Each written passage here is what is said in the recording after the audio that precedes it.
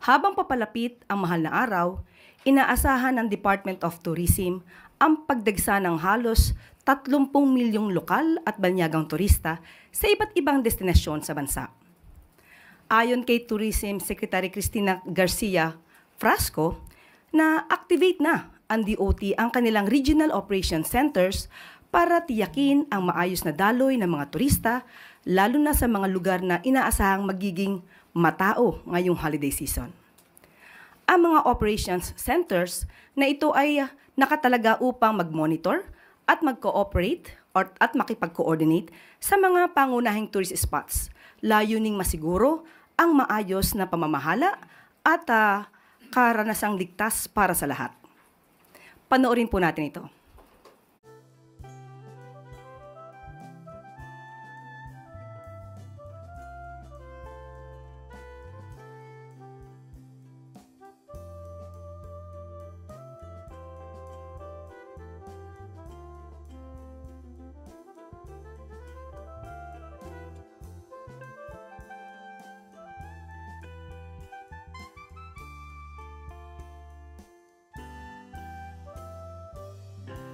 Good news na naman para sa ating mga estudyante sa Barangay Pulong, Sampaloc Elementary School sa Doña Remedios Trinidad sa Bulacan. Malapit na matapos ang renovation ng classroom building na ginagawa doon bilang bahagi ng Humanitarian and Civic Assistance Program sa ilalim ng Balikatan Exercises. Layon ng iaayos na classroom ang building na ito upang gawing mas maaliwalas at kaaya-aya ang learning environment ng mga mag-aaral. Patunay din ito ang commitment ng AFP at ng US Armed Forces para makatulong sa lokal na komunidad. Samantala, nagsagawa naman ng isang community health engagement activity sa Barangay Dagupan, Lalo, Cagayan. Bahagi rin ito ng Humanitarian Civic Activity or Action Program ng Balikatan. 129 na pasyente or rather residente ang nabigyan ng serbisyong medikal at dental examinations.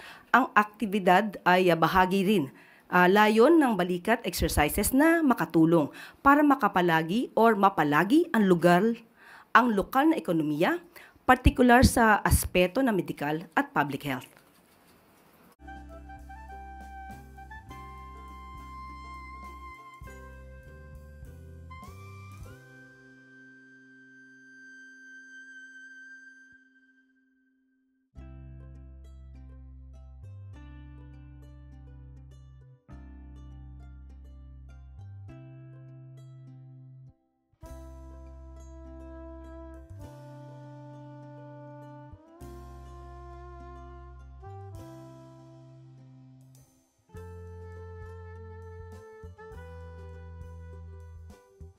At sa ating huling good news, wala ng pila sa immigration counters sa NAIA Terminal 3 kahit sa oras ng rush hour.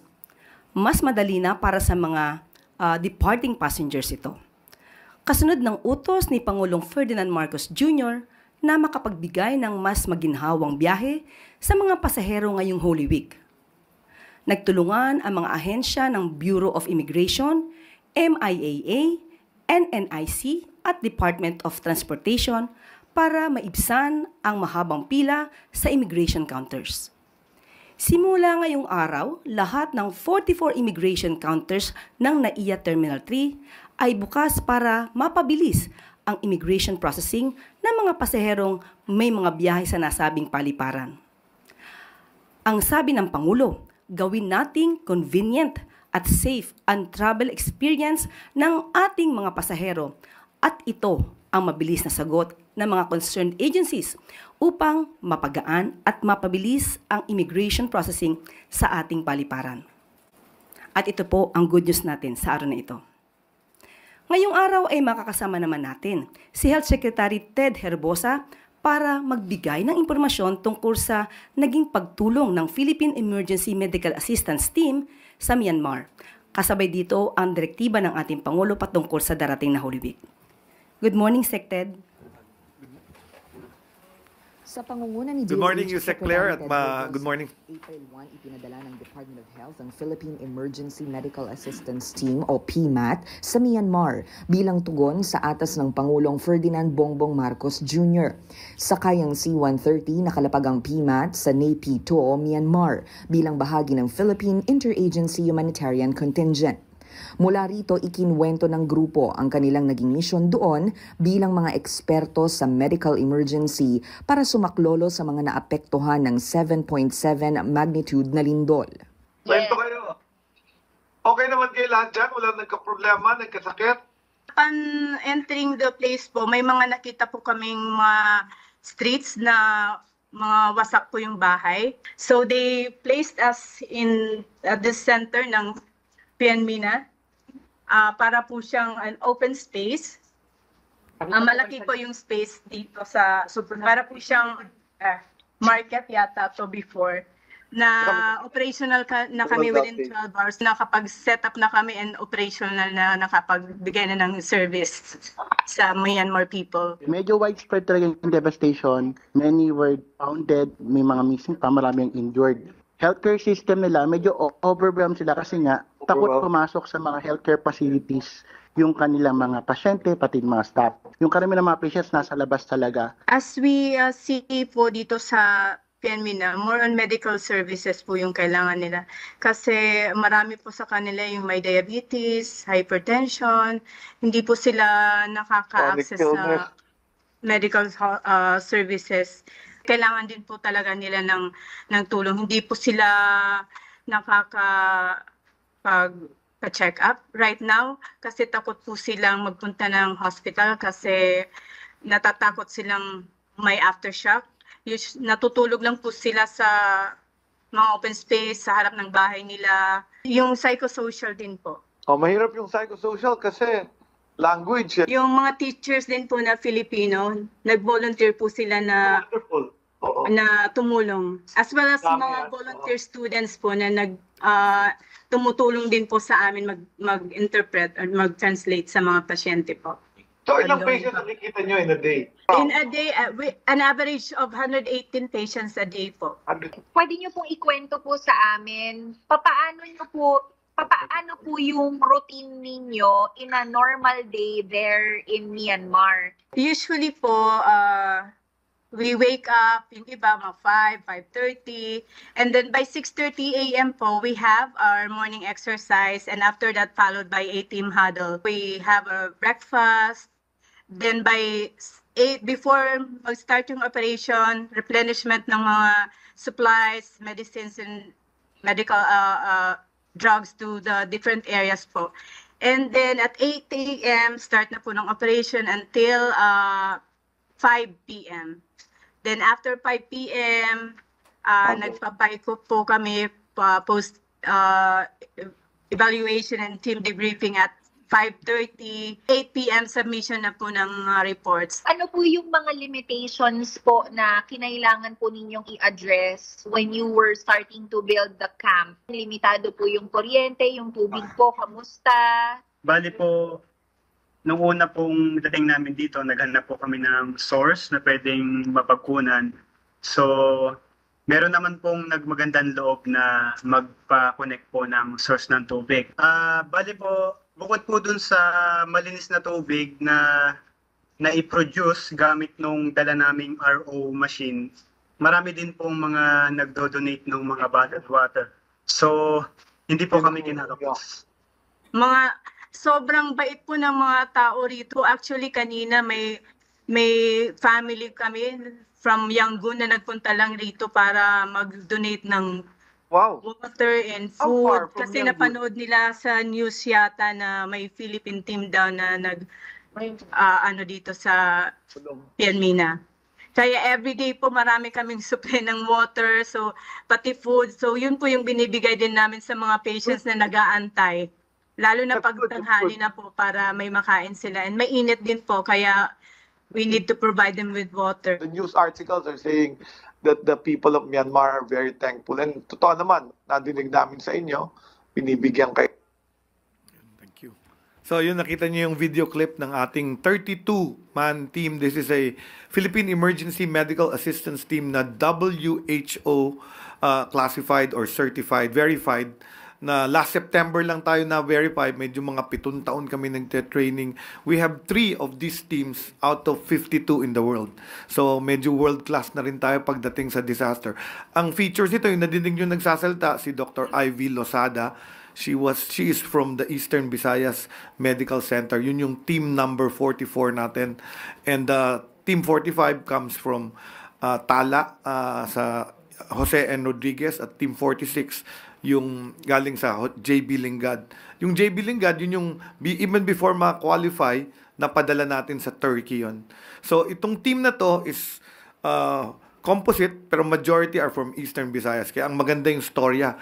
They were victims in Typhoon Haiyan in 2013. Today, sila yung team na nag-respond sa 7.7 earthquake in Myanmar.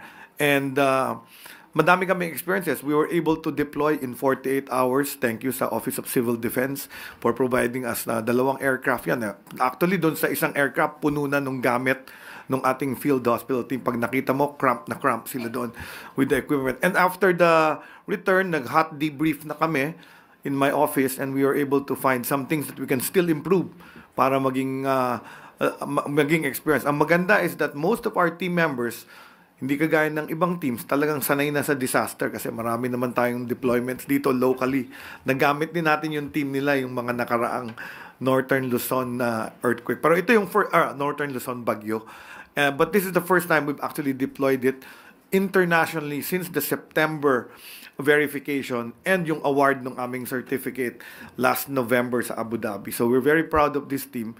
Kung meron silang Alex Iala sa tennis, meron kaming PMAT sa Emergency Medical Assistance Team sa mundo. And we have 2 other teams na nag-develop. So we now have 1 in Central Luzon, yung JB Lingad, 1 in Metro Manila, and 1 in Visayas. Ang sabi ko nga sa EVMC, pag kami nagka-big one sa Metro Manila, kayo ang pupunta sa amin to actually help us. Tapos nagde-develop din kami ng Southern Philippines Medical Center, Cotabato Regional Medical Center for Mindanao also. So hopefully we will have teams all over. Ang plan namin is also to develop teams for national level para mabilis na rin kami mag-deploy pag nagkaroon ng, alam nyo, after summer, umpisa na naman tayo ng ulan at bagyo at baha. We will be using this Philippine Emergency Medical Teams. Questions? So we now open the floor to questions related to the Philippine Emergency Medical Assistance Team sent to Myanmar. And we would like to call in some of those members. I introduce Dr. Ivy Losada. Siya ang ating team leader. Ang aming nurse, si Nurse Eric, and ang aming logistics officer, si Tyrone. So, may sarili silang contraption din to develop yung pampashower nila at yung toilet nila. Actually, maganda siya pagka nakita nyo. So, self-sustained, contained team yon. Binigyan lang sila ng lupa na parang isang a small area where they built. They can answer some of your questions. Halika dito, Ivy. Sit down here. Questions? Christian Yusores, Teleradio Servicio. Mike. Good morning po, Secretary, and to the team. Congratulations po. May plano po ba na bumalik po yung ating PMAT team sa Myanmar? Kasi ongoing pa rin po ata yung mga activities ng government to rescue or help yung mga victims po ng earthquake. Actually, our team was supposed to, can be deployed for 14 days, no? But we were operational 10 days. Kasi yung pala yung mission order. May composite team kami na search and rescue. Ang usual tradition ng Office of Civil Defense, 10 days lang. But our team is packed and logistics-wise can stay for 14 days. So bumalik na because that's the plane trip, no? Pero nagpadala din kami the day before ng 6-man team for psychosocial support of the Filipinos in Yangon. So may psychosocial team ako from National Center for Mental Health that are there processing our citizens na medyo affected by the disaster in Myanmar. So tuloy yung assistance. Nel Maribohok, UNTV. Good morning po. Ano po yung natutunan natin dito sa pag-responde natin sa Myanmar na maaaring ma-i-adapt natin dito sa Pilipinas? So number one, the fact na naka-deploy tayo ng within 48 hours, naunahan po natin yung pinakamayamang bansa dito sa ASEAN, yung Singapore. At kinukwento nila sa akin, nung nag-set up sila ng kanilang field hospital, 6 hours na set up na nila. That's because of training. Kinukwento sa akin yung Singapore, 2 araw bago na set up at operational yung tent nila. Pero punta na tayo, no? It comes with training, it comes with planning, yung equipment, and then ang maganda doon, may prepared teams na tayo with gamit in all others. So what we learned is kailangan pala magkaroon ako sa Department of Health ng logistics and secretariat for these teams that we are developing para centralize na yung aming mga logistics and supply chain. Alam niyo, pag disaster kasi, the main important thing is being able to bring logistics at saka tao to the area affected. So with the help of the Office of Civil Defense and our Air Force, mabilis tayo naka-respond. So I think world-class tayo if you tell me na in the ASEAN region, 3 lang yung inaccept nila.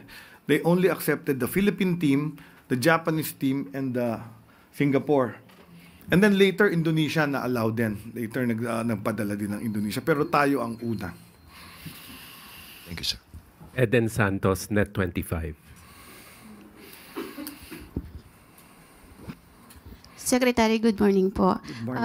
Ito po ba ay assurance sa ating mga kababayan since ang Pilipinas po, especially Metro Manila at yung mga kalapit na lugar, ay pinaghahanda po sa The Big One? Correct. No, this is part of our alam mo, pagka nagpunta ka sa mga international agencies, World Health Organization, UNDP, and all other, UNICEF, panay Pilipino rin yung mga nagiging leader niyan. So we are really supplying the world not only with nurses but with doctors and staff that are good in disaster risk reduction and management. So talagang isa to sa ating pinagmamalaki. Kasi nga, battle tested. Most of our personnel, hindi uurungan ng kwento nga sa akin ni Ivy. Sabi ko, tinatanong ko, meron bang natakot? May umiyak ba? May nahirapan? Hindi daw. Mga experience naman lahat. We also had teams from the Turkey, yung Turkey mission, nakasama na in-embed namin doon para merong may experience. Mas hirap yung Turkey kasi yung Turkey, sub-zero. Yung clothes hindi pang below 30. So ito at least tropical climate. And correct. So, mas maganda environment. Okay, ayun. Tuesday New, DZBB. Good morning, Secretary. Good morning. Sila po ba ay naipresent na natin kay Presidente o may plano po ba na ma-courtesy call sila kay Presidente, at least mabigyan sila ng recognition or something, commendation? Of course, like the rest of the team, tandaan nyo, 91 team yung pinadala natin. It's a composite team, not only of medical teams, although yung medical team yung naging pinaka-busy. Meron tayong meron tayong team, Search and Rescue Team, USAR Team, Urban Search and Rescue Team from the Bureau of Fire. Meron tayong MMDA team, meron din tayong team sa from the private sector, and then there's the Army and the Air Force disaster response teams. So composite to 91, pero yung pinaka-busy yung medical kasi nga tapos na yung rescue after 48 hours na tayo dumating. So most of the health services nila, emergency and essential medical care. So busy. Lay Pardilla, People's Television. I think the mic is there. Good morning po, Secretary. Secretary, will the teams deployed to Myanmar also responsible for training future emergency response teams? And what is the ideal number po for emergency medical personnel needed kapag nagkaroon ng the big one? And how are we addressing the gaps? Okay, so the training continues. We're going to do continuous training and improvement. In fact, this is my instruction to Dr. Ivy, that we start training and accepting new members. Each hospital has about 100 trained personnel. Iba-iba yan. May doctor, may nurse, may logistics, may engineer, merong all these other specialties kasi it's a composite team. And then we continue to get young people to be trained in it. The beauty is na umpisahan na natin. And then these hospitals are also the ones trying to train the other ones that want to be WHO verified. So in fact, the other one I'm instructing them to do is our level is type 1. Tatlong level kasi yan, type 1, type 2, type 3. Yung type 1 verification, outpatient and emergency care. Yung type 2, may konting surgery na and inpatient. At yung type 3, yung may ICU na at parang field hospital. So we're going to go to that level. Akyatin din natin yung type level types ng ating international verification. Thank you. Okay. I guess one last question related to the emergency response team or to Department of Health. Pierre Pastor, Billionario News Channel. Hi, Secretary. Immediate other concern po. It's so hot na po. So ano po ang nakahanda ba yung hospitals for heat stroke patients? And ano po yung mga emergency, yung first aid that we can do? So let me say that the Department of Health has declared code white of all our hospitals. That means they're ready for all the incidents that can happen for people traveling for this Holy Week. Number 2, of course, are warnings for the effects of heat illness, especially for people going to hot areas like the beaches. So very important, stay protected. So sunscreen for those going out, hydration. And then don't stay too long in the sun for those people. And then, of course, every Holy Week, nagkakaroon kami ng mga problems of drowning and near drowning. So very important then to make and watch your family, especially in these places where you are vacationing and relaxing. Make sure do not drink and drive, do not text and drive, and follow the rules of the road. Sana walang road rage kasi nga ano naman tayo, di ba? Holy Week. Be patient and be kind to the other road users. Pag nakaramdam ng something, ano po ba yung gagawin? Okay, so usually if it's a heat-related illness, it starts with either thirst, very severe thirst, tapos you can have a lot of cold sweats, and then eventually pagka hindi mo na correct yun, magko-collapse ka. So it's important early on na mag-cool down ka. So the first thing you have, if you're thirsty, you drink plenty of water.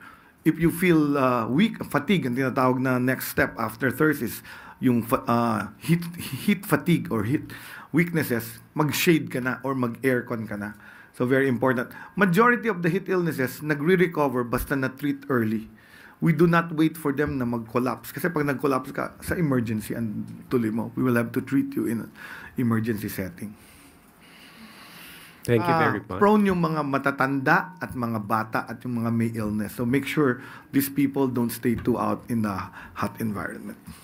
Thank you very much, Secretary Herbosa, and to the members of the Emergency Medical Assistance Team. Yusek Claire. Maraming salamat po, Secretary Ted Herbosa ng Department of Health and members of the team. Pwede na po na natin silang excuse. Salamat po. Ngayon naman po ay makakasama natin ang ilang miyembro ng Philippine National Police para naman sa anti-criminality efforts na utos ni Pangulong Marcos Jr. Nandito po ngayon sina Major General Roderick Augustus Alba and Director for Police Community Relations, at saka si PNP Public Information Office Chief Colonel Randolph Tuanyo. Ay, sir. Kayo na po. Maraming salamat po, Secretary Claire. Members of the Press Corps of Malacanang, magandang umaga po. In behalf of our Chief Philippine National Police, Police General Romel Francisco Marbil, allow me to read our statement, opening statement. This is in connection po sa pagpapanatili ng ating safety and security during this Lenten season. The Philippine National Police, in partnership with other law enforcement agencies, is fully committed to ensuring a safe, peaceful and meaningful observance of Holy Week across the country. Through our operational guidelines, we call this Ligtas Sumbak 2025, we have strategically deployed our personnel and mobilized force multipliers. Ito po yung ating mga volunteer groups na tumutulong po sa ating kapulisan to key areas of convergence. When we say key convergence areas, ito po yung ating mga simbahan, yung house of worships, yung ating tourist areas, yung ating terminals, the airports and ports, yung ating mga highways ay kasama po doon, and other busy establishments. So mayroon po tayong estimated of 65,000 more PNP personnel nationwide na i-deploy po sa terminal, transport hubs, pilgrimage sites, simbahan, tourist destinations. At ito po ay nakasaad sa aming guideline ang magkaroon po ng enhanced police presence or visible pong ating Philippine National Police. We'll also augment mobile patrols kasi po ang ating concentration ay sa highly populated areas now. Mayroon po mga kabahayan, mga subdivision areas, residential areas ay naiwanan po mga bahay. So ito din po ay isang focus namin. Now, we have not received any threat for that matter for our security and safety this Lenten season as of today. But on the part of the PNP, we remain on full alert, especially in historically vulnerable areas.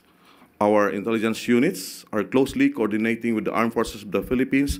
Kasama namin dito yung Philippine Coast Guard to preempt any threats from any groups who would want to magkaroon po ng disorder yung ating bansa. So as to our vital installations, we all have also increased deployment of our personnel around power plants, communication infrastructure, and transportation terminals. We're also closely coordinating with private security groups and local crisis management councils. Sinabi po natin, Good Secretary kanina, mayroong mga possible road mishaps, sea mishaps. Ito po ay aming pinagpreparahan sa ngayon on the part of the Philippine National Police. Thank you. We now open the floor to questions for Major General Alba.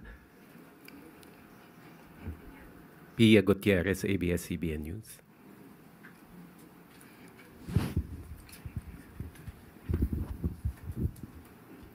Sir, regarding this Holy Week, ano po yung payo po natin sa ating mga travelers, especially pati din sa mga mag-i-stay lang po sa kanilang bahay to ensure their safety during this Holy Week break?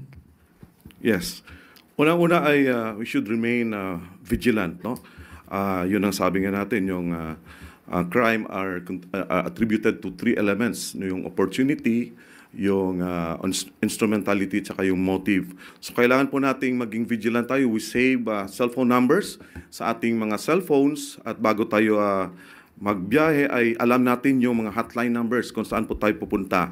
And of course, atin pong ipagbilin, no, sa ating mga kasamang bahay or neighbors natin, no, yung mga ating pupuntahan, and make sure na properly guarded yung ating bahay. Of course, na-mention din kanina yung mga risks sa health. Kailangan po nating we are healthy, no, during lalo na yung pagdadala natin ng mga sasakyan. So ito po ay isa sa mga mabisang advice ng ating Philippine National Police. And of course, we have to closely monitor yung ating advisories from government, no, lalo na sa social media, and closely coordinate with all the Sumbak help desk na naitalaga po sa different ports and seaports sa ating bansa. That way, you can easily access all government help to this desk. And on another topic, sir, yung VACC po is calling for a stronger government response on the recent spate of kidnappings in the country, saying that the administration needs to rethink its strategy in addressing and preventing and solving kidnapping cases. So ano po ang response ng PNP dito at kung may directive din po si Pangulong Marcos tungkol dito? Yes, unang-una we acknowledge yung information coming from VACC.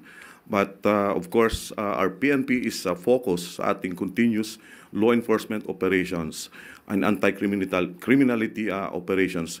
Mayroon pong tumututok na Special Investigation Task Group sa itong reported kidnapping incident. But of course, we cannot compromise other security aspect ng ating bansa, no? Especially yung lalo na sa Lenten season, at itong ating patuloy na pagtulong sa ating Commission on Elections sa pagpapanatili ng peace and order during this election period.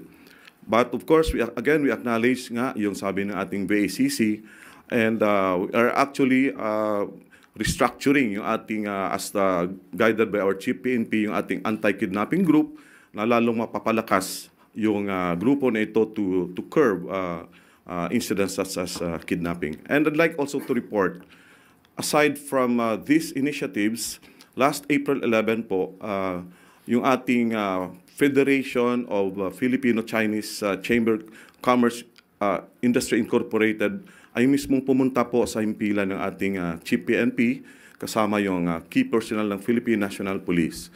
And amidst this ongoing investigation, they asked kung ano pong pwedeng maitutulong ng kanilang chamber. Remember that they have 170 chambers from Apari to Hulo, yung ating chamber, and they can really help sa peace and order. Ang pag-usapan po doon at nirecommend ng ating PNP is to create a specialized desk. Tawag namin dito is PCFC, PNP Chinese Filipino Community Help Desk. So this is a desk liaisoning lahat ng concerns po ng ating sector from the Chinese Filipino. We talk here on protecting yung ating kasamahan sa community and engaging them with the projects and activities na panatili po na ma-sustain natin yung ating peace and order as far as the Filipino-Chinese community is concerned. But definitely, magkakaroon muna po kami ng pilot testing, itong proyekto na ito. Like for example, in Manila, particularly in Binondo, where the highly concentrated yung ating communities, in Cebu, Davao, Iloilo, in Region 3. Now, if we see that magiging successful yung project na ito po ay ito pong long-term, isa sa mga long-term solution or interventions ng PNP na ma-address po natin yung mga incidents na ganito po. Chris Jose Remate. Hello sir, good morning po. Balik lang po tayo sa Holy Week. Nakipag-coordinate na po ba ang PNP sa mga barangay officials? Yes ma'am.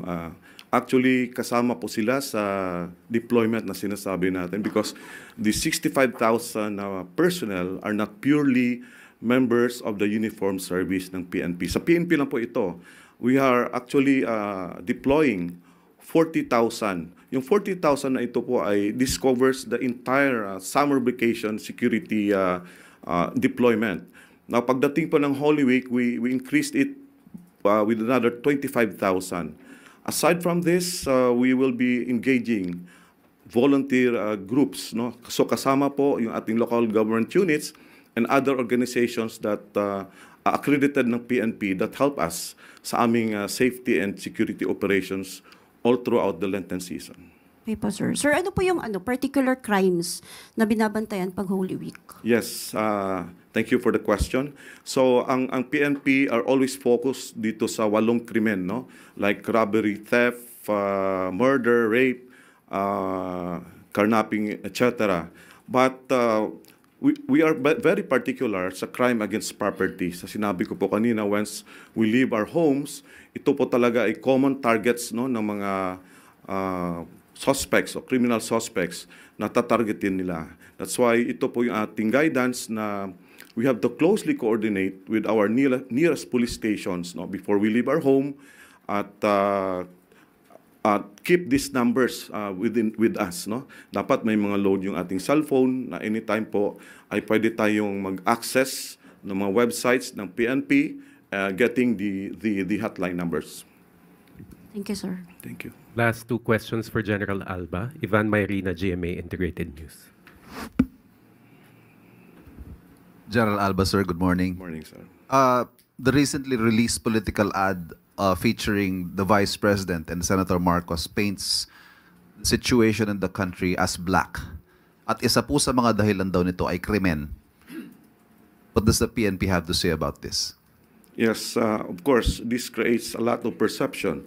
But sa amin po sa PNP ay tuloy-tuloy lang pong aming kampanya against all forms of lawlessness. But we can only speak of our what we have, yung ating crime statistics, which we actually reported a few days or few weeks ago, where it covers January to April of 2025 as compared to last year, where we have a big decrease of 26% sa aming crime statistics. So we stick with the reality, what we have now, yung aming data. So yung binabanggit po na yon ay it's a narrative being pushed by the other side of the political spectrum, tama ho ba? Or ito ho ba'y perception lamang because the data does not seem to reflect that perception? Like I said, all that we see, minsan we are misinformed, disinformed, but we respect, no? Sabi ko nga yung perception ng ating community, but we speak of our duties na dapat naming pinapatupad, and we should not be affected by these negativities kung mayroon man. And you can tell the citizenry, sir, that our streets are safe. Definitely. Of course, time to time, mayroon tayong mga crimes na naging highly sensationalized na hindi kaagad ma-solve, but these are acted upon immediately, and for us, it does not represent the entire situation of our country. Salamat po. Thank you. Heidi Sampang, FEBC. Magandang umaga po, sir. Sa ngayon po, ang dami talagang nagbiyabiyahe, and recently po may mga incidents po ng rentangay. So paano po kaya makakapag-ingat yung ating mga kababayan para hindi po mabiktima ng modus na ganito? Yes, like I said, mas mainam po na we get hold of the hotline numbers. Hindi lamang po hotline numbers ng Highway Patrol Group na kung saan siya ay nakatutok sa mga kasong ganito, but the entire hotline numbers of different police stations. Mababasa nyo naman po pag dumadaan kayo sa ibang areas, and you get a picture of that, and you report immediately. Now, we are actually engaging these groups, no, itong mga rent-a-car na businesses, to closely coordinate with our police stations and our Highway Patrol Group. Binigyan na po ng instruction ng ating Chief PNP, yung HPG, na tutukan ang ganitong mga kaso. Pero sir, when it comes to prevention, so para po makaiwas na hindi po sila mabiktima ng ganon, ano po yung mga parang red flag? PIO, can you respond to please? Thank you, sir. Thank you. Salamat po. Kausap po natin yung director po ng ating Highway Patrol. Doon po sa 8 focus crimes na nabanggit natin na bagamat 26% po ang ibinaba niya, yung nananatili pong yung figure na medyo mataas po na 1%, yung pong carnapping po ng motor vehicle na nag-shift po from the traditional na carjacking or carnapping while parked. Ito po yung technical na carnapping po na nabanggit po ninyo. Nagpalabas po ang ating Direktor ng Highway Patrol ng kanilang mga leaflets po kung paano iiwasan yung mga reports po na dumarating po sa atin tukol po sa mga technical carnapping po. Bibigyan po natin sila, mag-anunsyo po tayo sa pamamagitan po ng ating mga press releases matapos po nitong ating pong press briefing ngayon kung ano po yung mga dapat gawin po ng ating mga kababayan para maiwasan po yung mga technical carnapping po. Thank you, sir. Maybe one last question for our friends from the PNP. Tuesday New, DZBB. Sir, opo. Yung cases naman po ng mga kababayan natin na madalas ay naloloko sa social media ng mga ads na murang staycation houses, yung ganon. Ano po ang pwedeng magawa dyan ng PNP para hindi sila malaglag sa ganitong pain ng mga unscrupulous individuals sa social media? Unang-una po, we normally or regularly receive, no, yung mga texts or mga emails. Wag po nating basta tayong mag-click doon, no? We follow the protocols. Ni-confirm muna natin kung talagang nag-i-exist ang itong mga klaseng businesses, no? And we can actually directly coordinate with our anti-cybercrime group. Mayroon din po silang hotline at yung ating mga police stations na anytime pwede po nilang ma-access. Thank you very much, General Alba, Colonel Tuanyo, Yusek Claire. Thank you, sir. Yes, General Alba and Colonel Tuanyo, maraming salamat po. Pwede na po natin silang i-excuse. At sa ngayon po,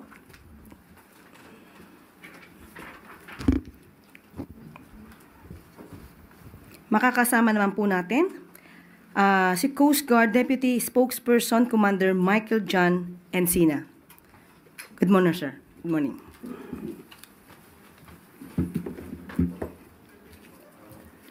Thank you very much, Yusek Castro, ma'am. In behalf of the Commandant, Admiral Ronnie Hilgavan, to our Malacanang Press Corps, magandang umaga po sa inyong lahat. with the observance of the Holy Week season po natin, the Philippine Coast Guard has increased its alert status into heightened alert last 13 April po, nitong Sunday, in which the PCG has deployed 17,000 Coast Guard personnel to conduct pre-departure inspection, to conduct inspection din po dun sa ating mga resorts. At the same time, ito po yung pagkakandak din po ng canine panelings ng mga canine dogs po natin. We've also deployed ito pong ating mga Coast Guard auxiliaries in the Malasakit Help Desk, in which makikita niyo po sila dito po sa ating mga major ports and pantalan sa buong bansa natin. Ang ating pong mga barko ng Coast Guard ay naka-alerto din po na handang mag-respond in any maritime incident na report. Kasama po niyan ang ating lateral coordination na mention po kanina ng ating kasamahan sa PNP, sa LGU po natin, sa ating municipal and city disaster risk reduction management offices. Kasama na rin po yung ating mga coastal barangay. So malawak po ang ginagawa ng PCG ngayon at paghahanda upang ma-ensure at matiyak po natin na ang mahal na araw ay magiging safe and secure sa ating mga bakasyonista at turista. Maraming salamat po. We now open the floor to questions for Commander Encina. Kenneth Paciente, People's Television. Hi sir, good morning po. Sir, may mga vessel na po ba tayong naitatala na hindi pinayagan pong bumiyahe dahil hindi po naabot yung seaworthiness na standards? Sir, as of the moment, wala naman po tayong namamonitor pa ng mga vessel na hindi naabot yung safety standard. The fact na before po sila mag-conduct ng kanilang mga voyages, we ensure that we have Coast Guard personnel deployed to conduct the pre-departure inspection. Once na hindi po sila mabigyan or ma-providean ng clearances ng Coast Guard, their company will be alerted to renew their pertinent documents prior to that. Tuesday New, DZBB. Good morning, sir. So far, sir, sa inyong monitoring, anong mga pantalan po yung kailangang bantayan ng husto for possible overloading doon sa mga barko at yung hindi na iiwasan may paglabag yung mga ship owners tungkol dito dahil sinasamantala yung pagkakataon na maraming pasahero. So baka sumusobra yung pagbebenta nila ng tickets o pasahero doon sa barko. Yes, speaking of overloading, ma'am, punta muna po ako doon. For the overloading, our Secretary Vince Dizon has directed the Philippine Coast Guard, the Marina, and the PPA to strictly observe ito pong anomaly na ito. So hindi po natin hinahayaan, particular kami po sa Philippine Coast Guard, ang any acts of overloading both in passengers and cargo. So hindi lang po natin chine-check yung mga pasahero, figures kung ilan po dapat ang sumasakay sa ating mga barko, particular at gayon na rin po itong ating mga kargamento na niloload. Kasi it doesn't exempt them for this overloading issue po natin. We are also in close coordination, ma'am, sa ating mga shipping owners. At tayo po ay nananawagan sa kanila, tama po yung na-mention nyo, no? Na huwag samantalihin ang pagkakataong ito. And we will not tolerate po once na meron po kaming ma-observe na mga overloading vehicles or overloading ships na magbiyabiyahe po, and we will not allow them in the first place. Because before they depart, we will be conducting yung pong ating tinatawag na pre-departure inspection. Ano po yung mga pantalan na mahigpit ang pagbabantay ninyo? So for the major ports po na ating binabantayan, kasama po dyan yung ating Metro Manila, of course, North Harbor. Meron po tayong minomonitor din somewhere in Batangas Port. So very busy din po yung area yan. Ang ating pong Cebu, Zamboanga area. So yan po yung mga major ports na tinitingnan natin. And for the long voyages po, maidagdag ko lang po, no? Ang Philippine Coast Guard also is deploying po itong ating mga tinatawag na sea marshals. Kasama po nila yung ating mga pasahero during the long voyages po. Thank you, sir. Pia Gutierrez, ABS-CBN. Sir, last year marami tayong na-monitor ng mga incidents of drowning during the Holy Week break. Meron po ba tayong ginagawa to prevent this from happening or at least ma-minimize yung number of casualties? And kung meron din po ba tayong monitoring dun sa mga nag-offer ng mga recreational activities, yung mga alam niyo sir, yung sa mga banana boat for example, yung sa mga scuba diving, paano po yung monitoring natin dito to prevent any accidents po? Well, kasama po sa mandato ng Philippine Coast Guard, ang aside po sa pagkakandak ng pre-departure inspection this coming Holy Week, is to also inspect yung pong ating major tourist spots. Kasama na po yung mga beach resorts natin at other areas po na ginagawan po ng recreational activity. Ang Coast Guard po through at our Maritime Safety Services Unit and offices is conducting ito pong tinatawag natin na Recreational Service Enforcement Inspection. So ngayon po, halos karamihan po ng ating mga major o yung pong mga dinadagsa ng mga turista ay ini-inspect po ng ating mga Coast Guard inspector. Ano po yung hinahanap at ini-inspect ng ating mga Coast Guardians dyan? Number one is yung pong kanilang lifeguards. Napakahalaga po nun. The PCG is also an agency which is mandated and authorized to issue ito pong mga certificates na ito. So kasama po sa chine-check namin yung lifeguard. Aside po doon is yung availability po ng clinic and first aid personnel na agad-agarang magre-responde once there is an incident, yung drowning incident na na-mention po natin. So isa po ito sa mga chine-check ng PCG. And most importantly, yung ating pong information dissemination. So ang Coast Guard stations and substations po natin, personnel, ay umiikot dito po sa ating mga major beach areas and beach resorts para po ma-inform sila na may Coast Guard po na agad-agara magpro-provide ng necessary assistance once kailanganin po ng ating mga turista. Any more questions? If there are none, thank you, Commander Encina. Thank you very Secretary, much. please. Thank you, Yusek. Thank you, Commander Michael John Encina, Philippine Coast Guard. At ngayon po, para sa katanungan, para sa food security, makakasama natin si NFA Administrator Larry Lacson. Good morning, sir. Morning po, Yusek Claire, and good morning sa ating Malacanang Press Corps. The National Food Authority is happy to announce ng ating pong buffer stock sa kasalukuyan ay nasa 358,000 metric tons. O kung susumahin natin sa sako ng bigas, ito po ay katumbas ng 7.16 million bags of katumbas na bigas. Ang ibig pong sabihin yan, kung ito po ay maglalast ng 9.36 days, kaya pong pakainin ng buong Pilipinas ng mahigit 9 na araw. Pagdating naman po sa ating mga consumers, mababang presyo ng bigas, ang National Food Authority po ay mayroong programa together with the Department of Agriculture and the FTI, and with the cooperation of our LGUs, meron tayong tinatawag na 30 pesos per kilo na bigas sa merkado, sa mga participating LGUs. And at the same time, patuloy yung ating P29 o yung 20 pesos na bigas para sa ating mga vulnerable sectors. Sa ating mga magsasaka naman, alam naman natin, panahon ng anihan, marami ang nagbebenta sa National Food Authority. So sa first quarter of the year, ending March 31, nakaprocure na po tayo ng 2.2 million bags of palay.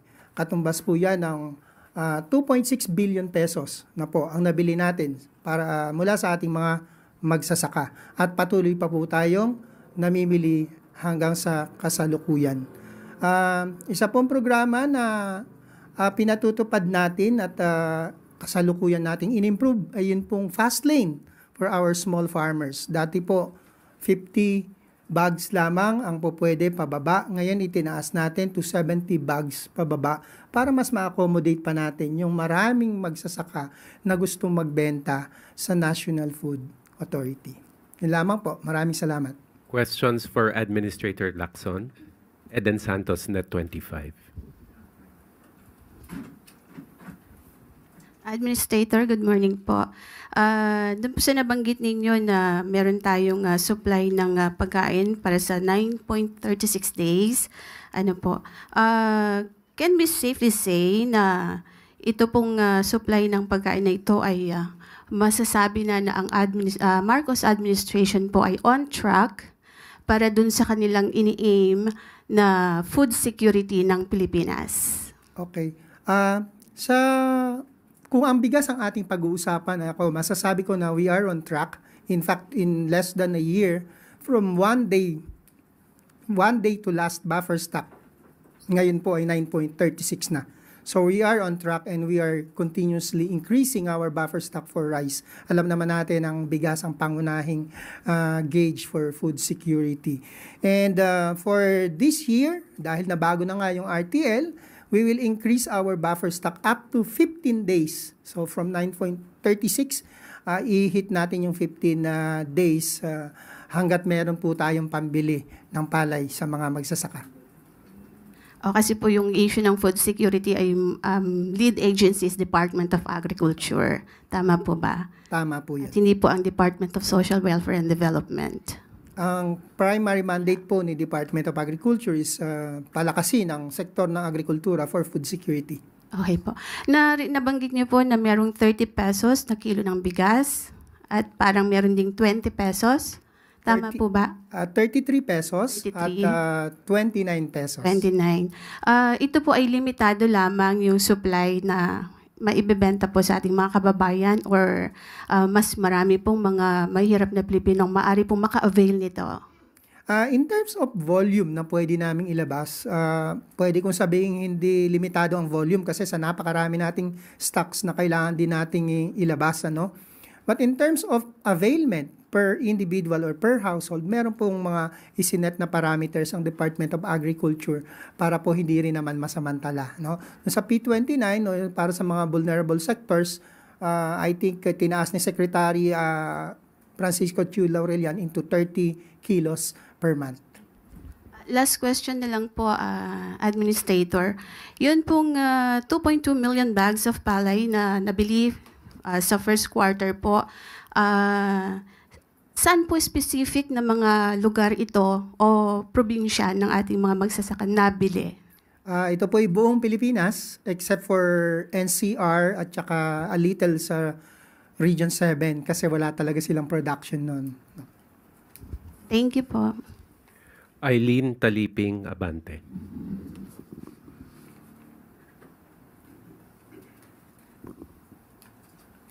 Good morning, Administrator. Hanggang meron pa bang sapat na pondo para dito sa season na to, yung pagbili ng palay? Opo, marami pa po tayong pambili dahil nakaka 2.6 billion pa lamang po tayo. Ang ibinigay po sa atin ng gobyerno ay 9 billion at inuubos pa rin po natin yung kaunting natira last year.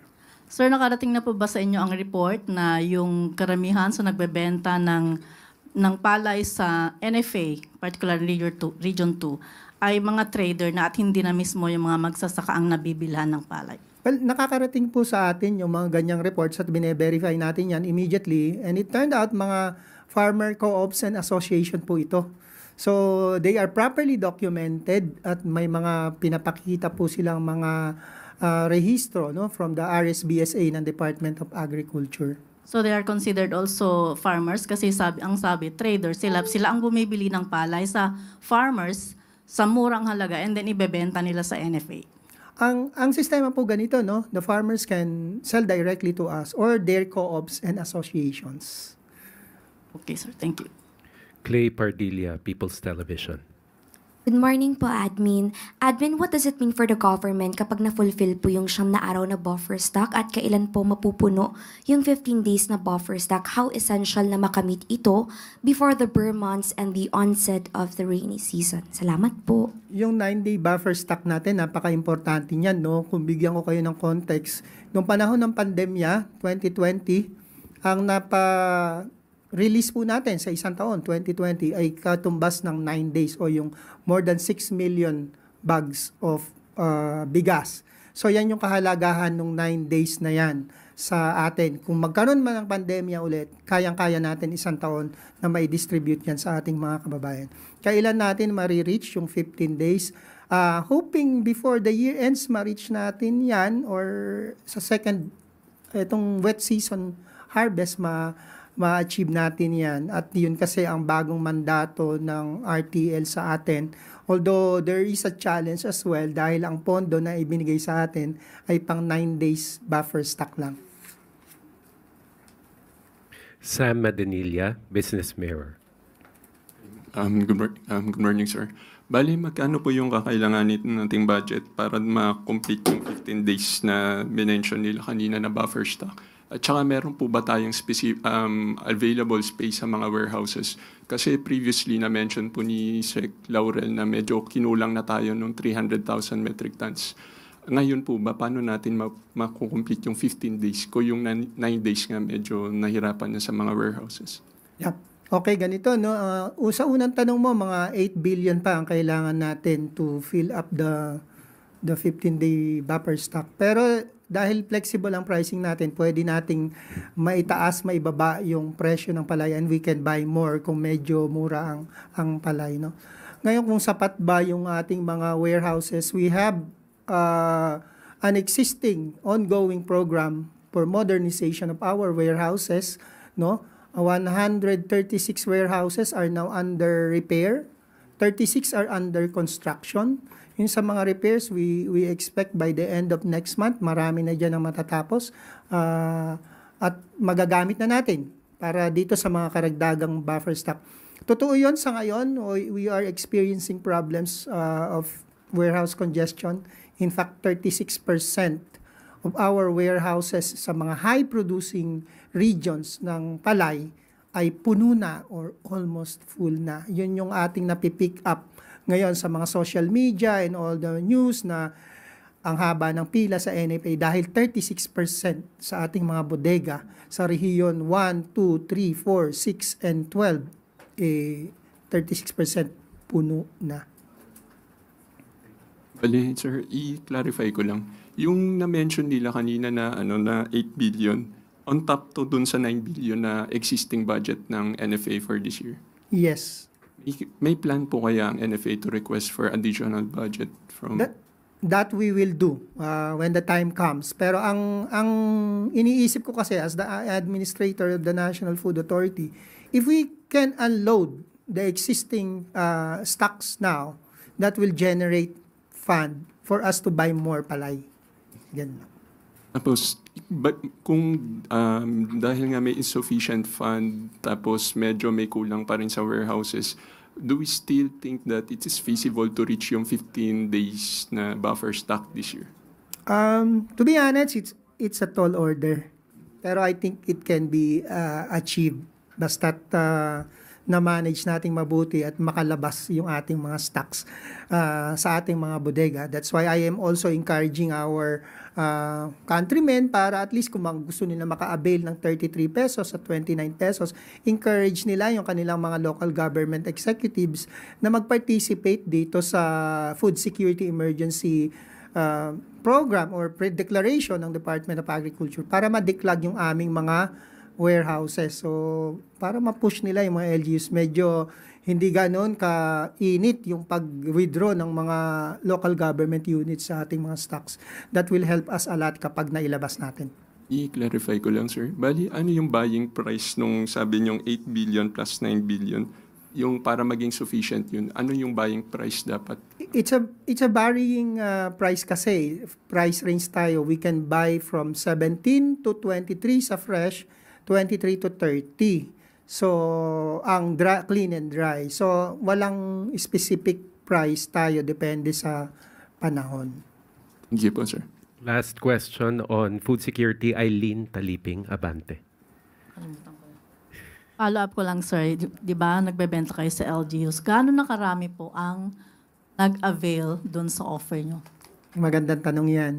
Sa ngayon, February 3 na declare yon, pero hanggang sa ngayon, nasa sa 20,000 bags pa lang yung actual na lumalabas sa aming bodega. Pero napakaraming orders, meaning hindi pa lang nila na we-withdraw. Reality is 20,000 bags pa lang. Ano po ang nagiging dahilan at parang nababagalan? Well, we can only speculate, pero yung iba kumukuha kasi ng COMELEC exemption, yung iba kumukuha ng resolution sa kanilang mga council. Okay, thank you, sir. Thank you very much, Admin Lacson. Yusek Claire, please. Thank you. Thank you very much, Administrator Larry Lacson. So, pwede na po natin siyang excuse. Maraming salamat po. At ngayon po ay handa na po tayong tumanggap ng inyong mga katanungan. We have very limited time, so we can only field 2 questions Ivan? for Yusek Claire. Natanong ko na ho kanina yung PNP, but I will ask the same question to the palace. Yung recently released political ad nga po featuring VP Sara and Senator Amy paints the situation in the country as black. Kulay ng pagluluksa due to hunger, crimes, and injustice, which is a clear imputation of failure on the Marcos administration. What does the palace have to do with You it? just said it is recent? Yesterday. Oh, ang akala ay 2022 campaign ads to. Dahil sa mas na-describe ang kapanahunan ng nakaraang administrasyon dun sa nasabing campaign ads. Unang-una, meron silang sinabi, teka lang po, tungkol sa madilim, wait lang, saan ba yan? Ayun. Itim ngayon ang kulay ng bansa. Sa gutom at krimen nagluluksa. So, pag sinabi ba natin na itim ngayon ang kulay, mas madidescribe siguro natin nung nakaraang administrasyon na sobrang itim at ngayon ay papaliwanag sa panahon ng kasalukuyang administrasyon. Hindi man ganun pakaputi, pero patungo na doon. Unang-una po, may binanggit sila tungkol sa kagutuman. Tandaan po natin na ayon po sa records na rin po na naibaba ang poverty incidence sa panahon ng 2023, 15.5% in 2023 mula sa 18.1% in 2021. You are citing data from? Okay, this is from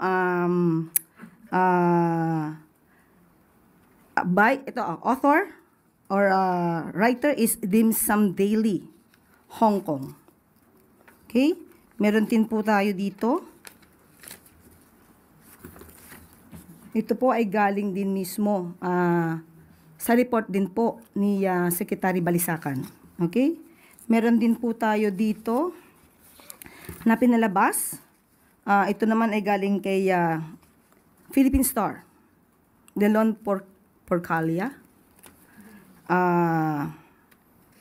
Meron pong naitala na 7.2 trillion na utang ang dating administrasyon at dahil po dito ay patuloy pa rin po natin binabayaran sa kasalukuyang administrasyon.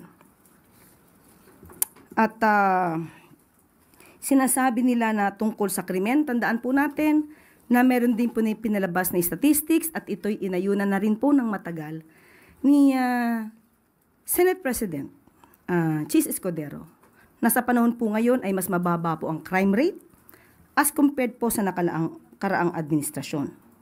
At sinasabi rin po ni Senator Amy, gutom na ang sikmura. Pinaliwanag ko na po yan about the poverty incidents. At gutom pa sa hustisya. Pero hindi po ba yung ibang mga kamag-anak, in particular po, babanggitin ko, ito ay galing sa panulat ni Christina Chi ng Philstar.com. Sinabi po ni, and I quote na po sa kanyang panulat, Dalia Cuartero, whose son was killed during a drug operation in 2016, described feeling overwhelmed with tears of joy, tears upon hearing of Duterte's arrest. So dito pa lamang, marami na rin po nagsasabi na paunti-unti ay nabibigyan ng liwanag ang mga pangyayari. So, mas maganda po siguro mabanggit natin na ang mga botante po dapat ay maging, kukunin ko po yung sticker na nakasulat kay Madam, maging mapanuri. Huwag pong magpaloko sa mga sinasabi sa iilang campaign ads. Alamin ang katotohanan, iwasan ang fake news. Dignidad mo, boto mo. Kinopya ko po yan lahat mula sa kanyang sticker. Yun lamang po. May reaksyon ho ba ang Pangulo? This coming from the second highest official of the land, supported by his own sister. Patungkol po dyan, patungkol po sa campaign na issues, maganda pong mas tanong na lang natin ang campaign manager. Mas authorized po siyang magsalita patungkol po sa ganyang klaseng relasyon. But have you taken this up with the President? What are his thoughts on this? Patungkol po sa kanyang kapatid? No, yeah. This particular ad, for example, which is Of course, hindi po nais ng ating Pangulo na magitong klaseng mga negatibo na pangangampanya. Lalong-lalo na po kung ito ay fake news. So, noon pa naman po, sinabi na ng ating Pangulo na labanan natin ang mga fake news. Mas hindi maganda kung ito ay gagawing naratibo sa isang pangangampanya. Okay? Quick follow-up, Ace Romero, Philippine Star. Yusek, the other camp described the present administration or the present state of the country under this administration as itim. Now, kung merong kulay na i-describe yung present admin with regard to our present conditions, kung meron man po, ano po yun? Papunta na po sa paputi. Konting kula na lang, medyo maputi na. Hindi pa lang po, hindi perfectly white, katulad ng aking sinabi, pero doon po patungo ang pang kasalukuyang administrasyon. At dito po nagtatapos ang ating briefing ngayong araw. Maraming salamat, Malacanang Press Corps, at magandang tanghali para sa Bagong Pilipinas.